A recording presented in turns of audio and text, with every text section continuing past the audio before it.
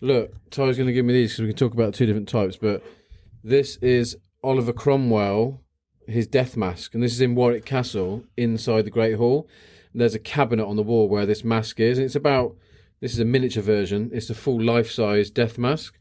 We took it off the wall, scanned it using photogrammetry, took 1,000 photos of it. Ross recreated it in 3D software, and then we 3D printed it. And these are two different types of 3D print, I think. What's this one called? So that one's a resin print from a resin 3D printer, and then that one's a filament printer. So difference being one's a layering effect using filament, so heated layers, starts from the bottom and works its way up.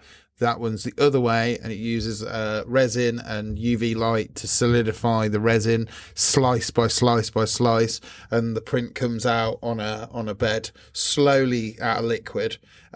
Both really cool. You get more smoother, higher detail on a resin printer, but it's horrible stuff to deal with. It smells horrible.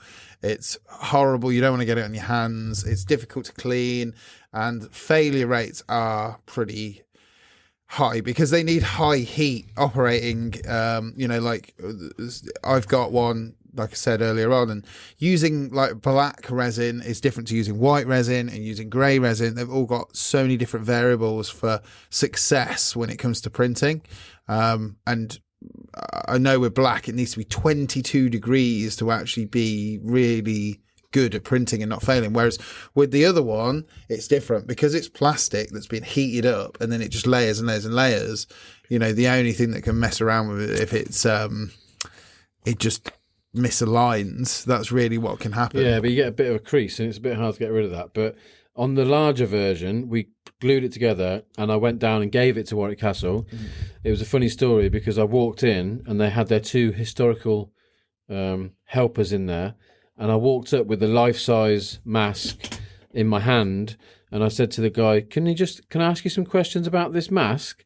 And he looked like he was going to fall over and land on the floor. He thought I'd removed it from the glass cabinet and was like going to steal it or take it out of the place. So now, top tip, if you're in Warwick Castle in the Great Hall, ask to see the Oliver Cromwell death mask that River made. They've got it in the cupboard out the back. You can just go down, ask them to have a little look, and they'll go and get it for you.